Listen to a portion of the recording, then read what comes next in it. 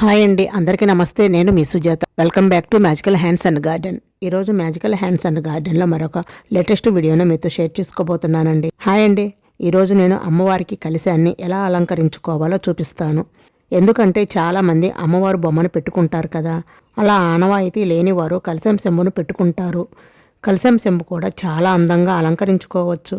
ఈరోజు అది ఎలానో మీతో షేర్ చేసుకోబోతున్నానండి.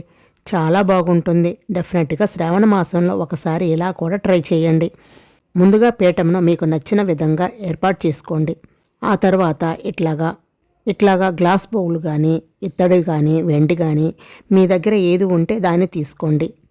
ఇలా బౌల్ తీసుకున్న తర్వాత ఇప్పుడు ఈ బౌల్ని ఇలా పెట్టేసుకోండి.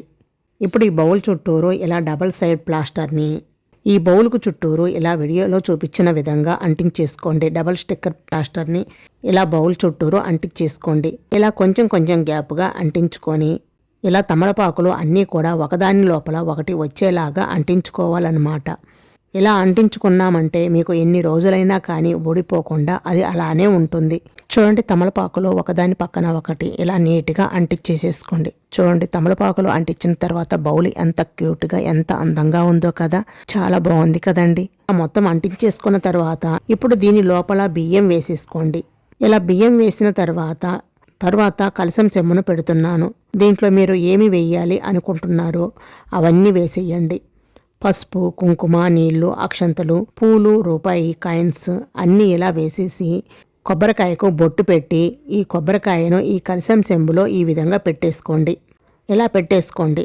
దానిపైన మనం బ్లౌజ్ పీస్ని పెడతాం కదా, ఈ బ్లౌజ్ పీస్ నేను ఎలా తయారు చేశానో ఇప్పుడు చూసేద్దాం. ఫస్ట్ దానికోసం ఒక బ్లౌజ్ పీస్ తీసుకోవాలి. అది కూడా ఇలా అంచు ఉన్నది అయితే నీట్గా పిల్స్ అనేవి వస్తాయి. ఇలా బ్లౌజ్ పీస్ తీసుకొని దాన్ని ఇలా 2 మడతల మీద ఇలా పరుచుకోండి. ఇప్పుడు ఒకవైపు వీడియోలో చూపించిన విధంగా చిన్న చిన్న పిల్స్ పెట్టేసుకుంటూ రావాలి. అంటే అంచు వైపు పిల్స్ పెట్టుకుంటే పిల్స్ అనేవి స్టిఫ్గా ఉంటాయి. ఇలా చిన్న చిన్న పిల్స్ పెట్టుకున్న తర్వాత ఇక్కడ ఒక రబ్బర్ బ్యాండ్ టైట్గా వేయండి. చూసారా, పిల్స్ వచ్చేసి ఇలా విచ్చిలాగా వచ్చింది కదా, ఇక్కడ ఒక రబ్బర్ బ్యాండ్ టైట్గా వేయండి. నెక్స్ట్ వచ్చేసి ఇప్పుడు మళ్ళీ ఇలా నీట్గా పరుచుకొని ఇప్పుడు 4 మడతలు వచ్చేలాగా చూసుకోవాలి. ఇప్పుడు 4 మడతలు వచ్చేలాగా మడుచుకోవాలి. ఆల్రెడీ 2 మడతల మీద మనం ఫోల్డ్ చేసాం కదా, ఇప్పుడు వచ్చేసి ఇంకో 2 మడతలు మడుచుకోవాలి. మీరు వీడియోను చూస్తే ఈజీగా అర్థమవుతుంది.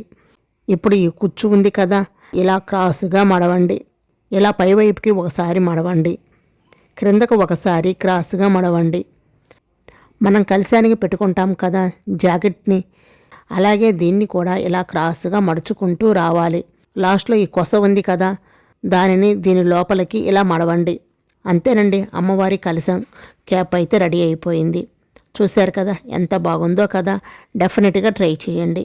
ఇలా రెడీ అయిన బ్లౌజ్ పీస్ని ముందుగా రెడీ చేసిన కొబ్బరికాయ మీద ఇలా పెట్టేసుకోండి. ఈ క్యాప్ కొబ్బరికాయ మీద ఇలా నీట్గా పెట్టేసేయండి. చూడండి, చాలా బాగుంది కదండి. క్యాప్ పెట్టిన తర్వాత ఇలా కలశం చెంబుకు కూడా పసుపు కుంకుమ అద్దండి.